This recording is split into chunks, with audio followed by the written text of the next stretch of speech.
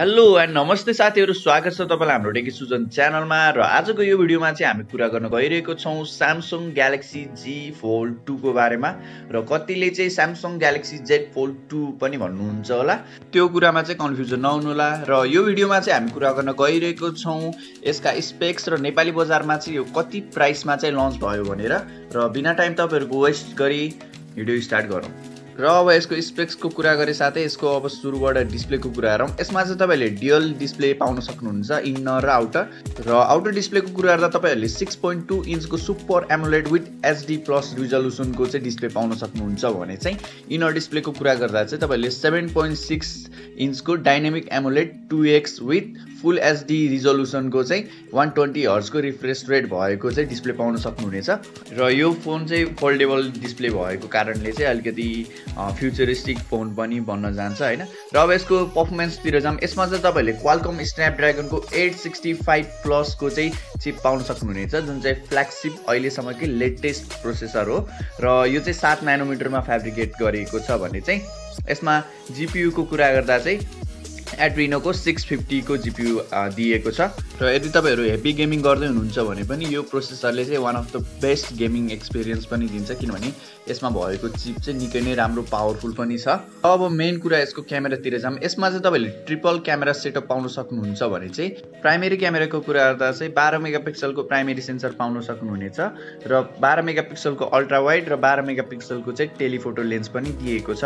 र अब यसको सेल्फी क्यामेराको कुरा गर्दा यसमा चाहिँ तपाईले 10 मेगापिक्सलको चाहिँ क्यामेरा पाउन सक्नुहुनेछ। र क्यामेराको कुरा गर्दा स्यामसङको क्यामेराको चाहिँ निकै नै राम्रो अप्टिमाइजेसन हुन्छ र इमेज प्रोसेसिङ चाहिँ निकै राम्रो हुने कारणले क्यामेरा फोटोहरु चाहिँ यो फोनबाट राम्रो आउँछ। र अब यसको मेमोरीको कुरा गरौँ। यसमा चाहिँ तपाईले 12 GB को LPDDR5 को र्याम पाउन सक्नुहुनेछ भने चाहिँ 256 GB को चाहिँ UFS 3.1 स्टोरेज भएको चाहिँ रोम पाउन सक्नुहुनेछ। र अब यसको सफ्टवेयरको कुरा गरौँ। यसमा चाहिँ तपाईले एन्ड्रोइड 10 मा रनिङ भएको One UI 2.5 को युजर इन्टरफेस पाउन सक्नुहुनेछ। र स्यामसङको UI को कुरा गर्दा स्यामसङको UI चाहिँ निकै नै अप्टिमाइज हुन्छ र डेली टास्कमा चाहिँ निकै नै राम्रो परफर्म गर्छ यसको UI ले। र अब यसको सेक्युरिटीको कुरा गर्दा यसमा चाहिँ तपाईले साइड माउन्टेड फिंगरप्रिन्ट स्क्यानर पाउन सक्नुहुनेछ भने चाहिँ फेस अनलकको फिचर्स पनि दिएको छ। र अब यसको ब्याट्रीको कुरा गर्दा यसमा चाहिँ तपाईहरुले 4500 mAh को चाहिँ ब्याट्री दिएको छ भने चाहिँ 25 वाटको चाहिँ वायर्ड फास्ट चार्जिङ सपोर्ट पनि दिएको छ र 10 वाटको वायरलेस चार्जिङ सहित 4.5 वाटको चाहिँ वायरलेस पावर शेयर पनि सपोर्ट दिएको छ। र अब यसको कलरको कुरा गर्दा चाहिँ यसमा चाहिँ तपाईले दुईवटा कलरको भेरिएन्ट पाउन सक्नुहुनेछ, मिस्टिक ब्ल्याक र मिस्टिक ब्रोन्ज भन्ने कलर। र अब यसको प्राइसको कुरा गरौँ। नेपाली बजारमा यसको प्राइस रहेको छ 2,50,000 रुपैयाँ। र यही नै थियो साथीहरु Samsung Galaxy Z Fold 2 को चाहिँ स्पेक्स र प्राइसको बारेमा। हजुरहरुलाई भिडियो कस्तो लाग्यो र यो फोन चाहिँ कस्तो लाग्यो तल कमेन्ट बक्समा चाहिँ भन्न नबिर्सिनु होला।